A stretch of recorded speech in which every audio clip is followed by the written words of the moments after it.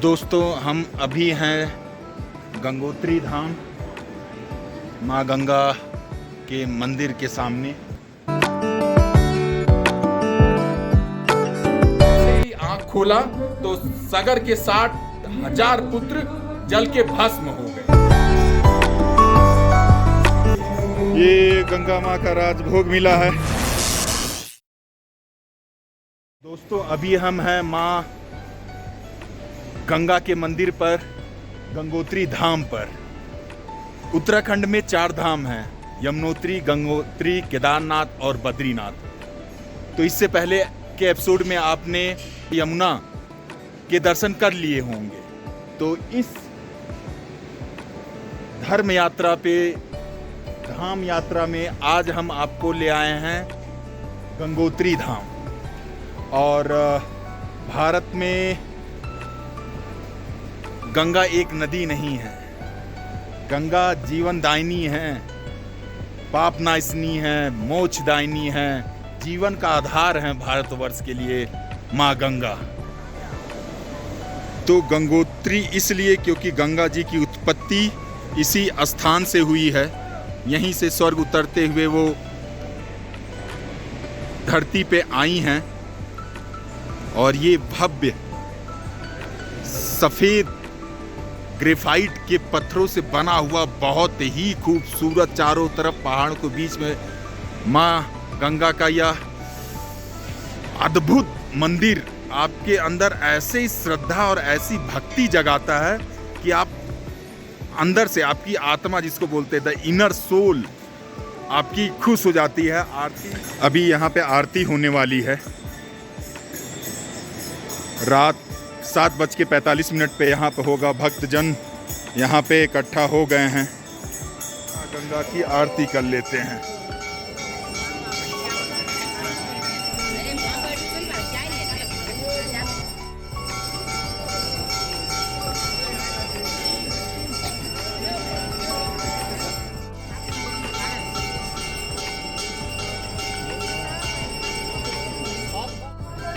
जय जय जय जय।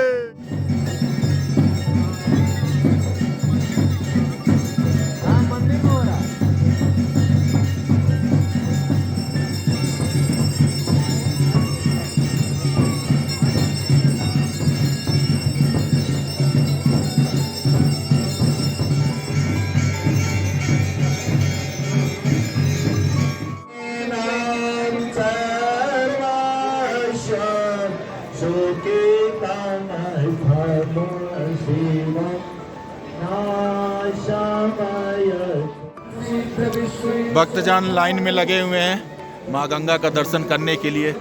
मैं इंतज़ार कर रहा हूँ कि 75% लोग दर्शन कर लें, उसके बाद मैं आराम से जाऊँ माँ के दर्शन करूँ।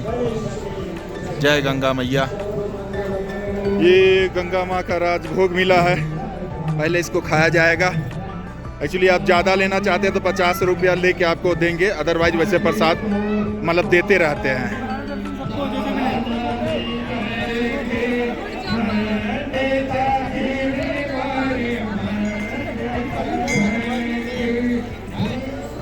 तो माँ गंगा के दर्शन हो गए हैं।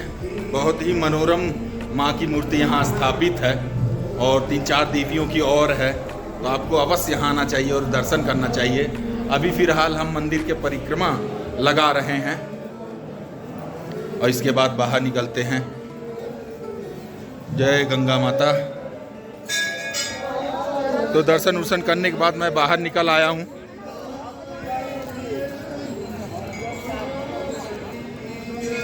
प्रचंड प्राचीन अखंड धूना है, मतलब यहाँ पे मतलब सालों साल भर ये मतलब यहाँ अग्नि प्रज्वलित हमेशा रहती है।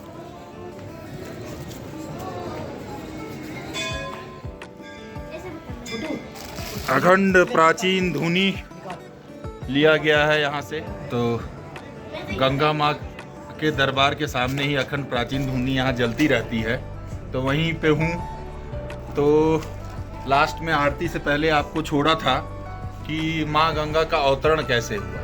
तो ये समय था इक्वाछु वंश का। जिसमें राम जी का आते हैं। राम जी इक्वासु वंश के आते हैं। तो उनके एक पूर्वज थे राजा सगर, और राजा सगर की थी 2 रानियां। एक का नाम था केसनी और दूसरे का नाम था सुमति। तो उनके पुत्र मतलब संतान नहीं हो रहे थे, तो उन्होंने घनघोर तपस्या किया। तो तपस्या करने के बाद विष्णु जी के आज्ञा के बाद भृगु, जो महर्षि भृगु हैं, भृगु जी ने उन्हें आशीर्वाद दिया कि आपको 60,001 पुत्र होंगे। तो ठीक है, उनके आशीर्वाद फलस्वरूप केसनी को 1 पुत्र होता है और सुमति को 1 पिंड होता है, और उस पिंड से मतलब उस पिंड से जितने भी बीज रहते हैं उसको 60,000 घड़ों में रखा जाता है, और समय के बाद उसमें से 60,000 पुत्रों का जन्म होता है। फिर इसी तरह यश प्राप्ति के लिए और अपना मतलब अश्वमेध यज्ञ किया उन्होंने राजा सगर ने। राजा सगर, आपको ज्ञान के लिए बता दें कि राजा सगर वो हैं जिन्होंने इस धरती पे सारे सागरों के लिए गड्ढा खुदवाया। तो वो इसीलिए उसे सागर कहते हैं, क्योंकि वो राजा सगर द्वारा ये सागर बनाए गए थे। फिलहाल हम बढ़ते हैं। तो अश्वमेध यज्ञ किया, और अश्वमेध यज्ञ में सबसे ज्यादा इंपॉर्टेंट होता है अश्वमेध यज्ञ का घोड़ा। तो जो इंद्रदेव हैं, इंद्रदेव को जलन हो गई और उनको ये भय हो गया कि राजा सगर अश्वमेध यज्ञ से जो यश प्राप्ति होगा, जो उन्हें शक्ति प्राप्ति होगा, वो देवताओं से भी ऊपर चले जाएंगे। तो उन्होंने जलन वश उस घोड़े को कपिल मुनि एक जगह अपने तप में लीन थे, वहां पे जाके बांध दिया। तो फिर राजा सगर पूरी जगह अश्वमेध यज्ञ का घोड़ा ढूंढ रहे हैं, उनको नहीं मिल रहा है। तो उन्होंने अपने 60,000 पुत्रों को आज्ञा दिया कि पूरा ब्रह्मांड छान मारो कि कहाँ पे है अश्वमेध यज्ञ। वो आकाश, पाताल, धरती सब जगह ढूंढ डाले। तो एक जगह उन्हें कपिल मुनि जी के पास अश्वमेध यज्ञ का घोड़ा बंधा हुआ मिला। फिर ये हुआ कि वो 60,000 पुत्र उन्हें दोषी और अपमानित करने लगे कि आपने अश्वमेध यज्ञ पकड़ा। फिर उनका तप जो था वो भंग हुआ, और उनके नेत्र जब खुले तो नेत्र अग्नि से, क्योंकि वो तप का जो अग्नि था, हजारों करोड़ों वर्ष उन्होंने तप किया था। तो जैसे ही आंख खोला तो सगर के 60,000 पुत्र जल के भस्म हो गए।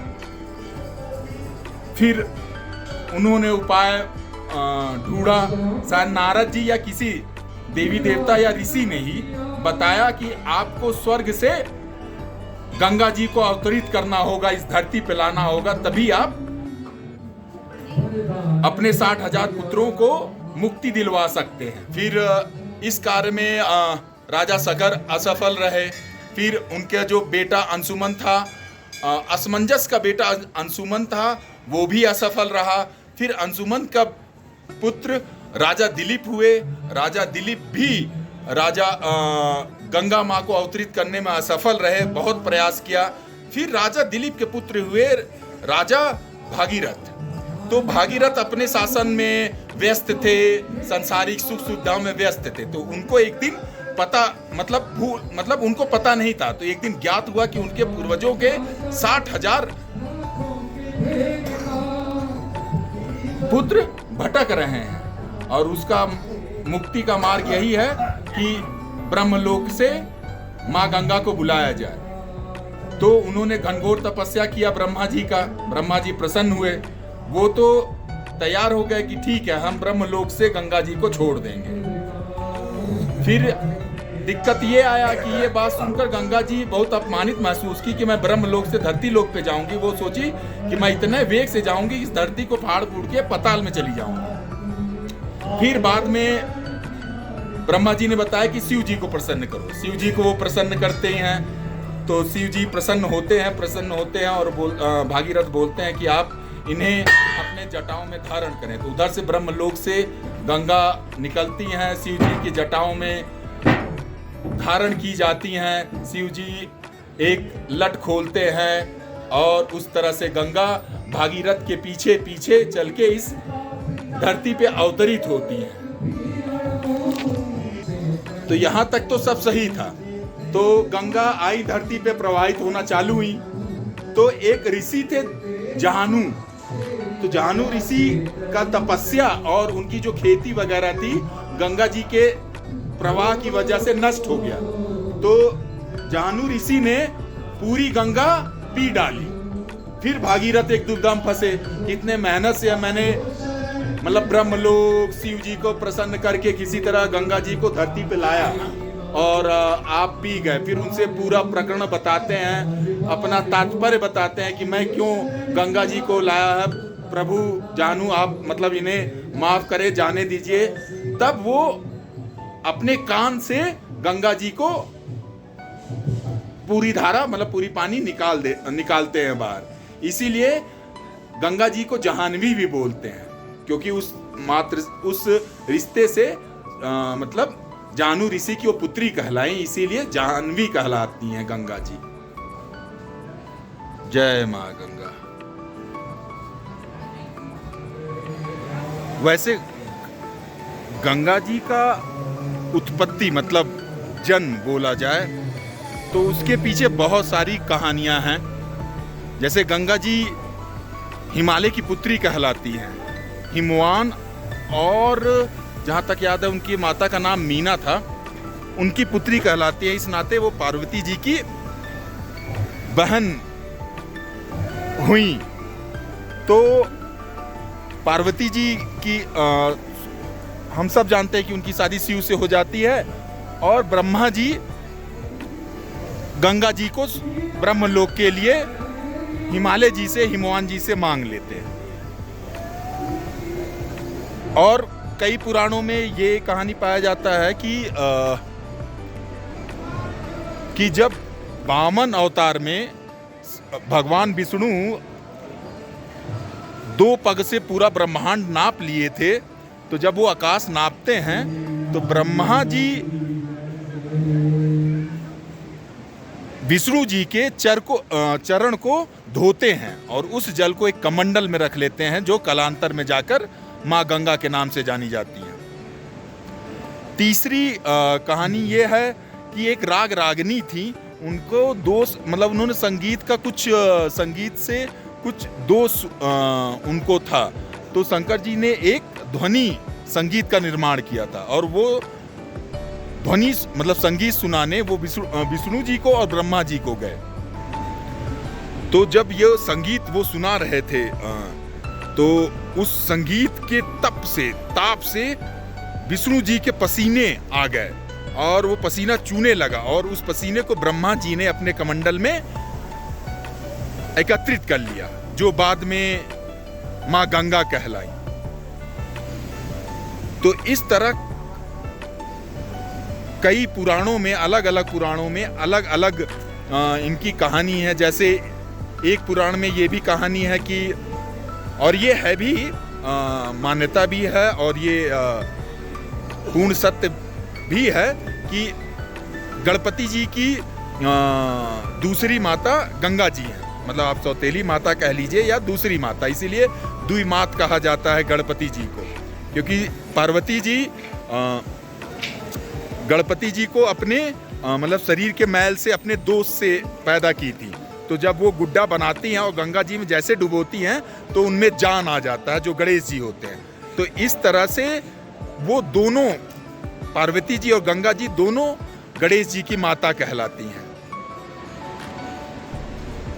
फिर एक पुराण के अनुसार ये भी एक और गंगा जी से बहुत महत्वपूर्ण कहानी जुड़ी हुई है कि विष्णु जी की मतलब 3 रानियां थी, गंगा जी, सरस्वती जी और लक्ष्मी जी। तो तीनों में बहुत लड़ाई हुआ करता था, जिसके वजह से उन्होंने गंगा जी को शिव जी से मतलब विवाह करवा देते हैं और ब्रह्मा जी का सरस्वती जी से मतलब करा देते हैं। तो इसलिए मतलब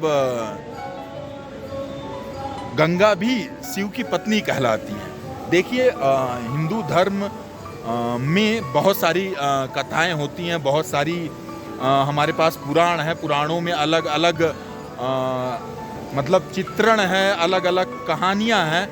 तो मैं जहाँ तक मतलब रिसर्च कर पाया हूँ, जहाँ तक अपनी जानकारी मुझे लोगों से, संतों से, या जो इस विषय पे इंटरेस्ट रखते हैं, मम्मी से, पापा से, दादा से जो मिला, वो मैं सब जोड़ के बता रहा हूँ।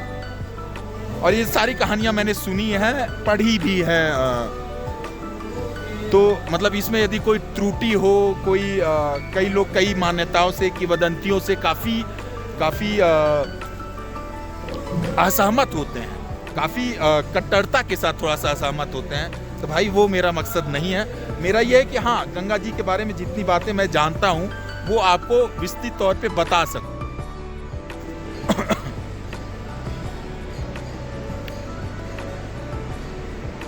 बहुत ही सुंदर ये गंगा जी की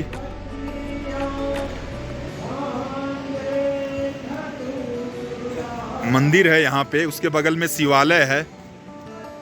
यहाँ पे हमेशा मतलब लगातार अग्नि प्रज्वलित रहती है, तो उससे प्राचीन धुनी बनती रहती है। इधर गंगा जी बह रही हैं। समय बताए तो अभी समय हो गया 8:46। बहुत ही मनोरम, बहुत ही सुंदर, भक्तिमय जगह है। पूरे पहाड़ों से घिरा हुआ, गंगा जी की कलकल ध्वनि, सामने गंगा माँ का इतना सुंदर मंदिर, शिवालय, भक्तिमय माहौल, पूरा वायुमंडल ही पूरा खोया हुआ है, गंगामय हुआ है। जय गंगा मैया, जय गंगा मैया। अपना आशीर्वाद बनाए रखिएगा। वैसे मैं अपने इस मतलब जो भी दर्शन कर रहा हूँ, जैसे यमुनोत्री माँ का, गंगोत्री माँ का, तो मैं अपना व्यक्तिगत यदि मुझे पुण्य इससे जो मिलेगा या मिला है, वो मैं अपने पापा और अपने पितरों को मतलब देना चाहता हूँ कि वो वहाँ खुश रहें, मतलब भगवान उनकी शांति दे, मोक्ष दें। यही प्रार्थना, मतलब गंगा माँ से, यमुना माँ से, सभी से। प्रणाम माँ।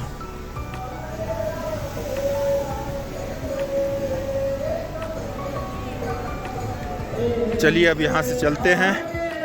प्रणाम गंगा मैया। तो यहाँ पे भी बज रहे हैं रात्रि के 10 और अच्छी खासी बारिश हो रही है। गंगा जी का कलरव काफ़ी मधुरता के साथ भक्तिमय कर रहा है चारों तरफ के एनवायरनमेंट को। जय हो रही है। सारी दुकानें बंद हो गई है रेनकोट का। तो एक डब्बा मिला है, डब्बा को सर पे रख के होटल के पास चला जा रहा है। हर हर महादेव, हर हर महादेव, जय गंगे मैया।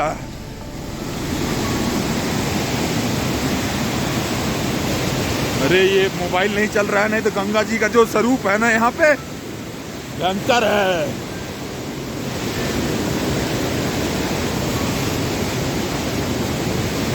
अब मेरा है भंडारी करे नंदी की सवारी, भोलेनाथ रे। हर हर गंगे, भागो।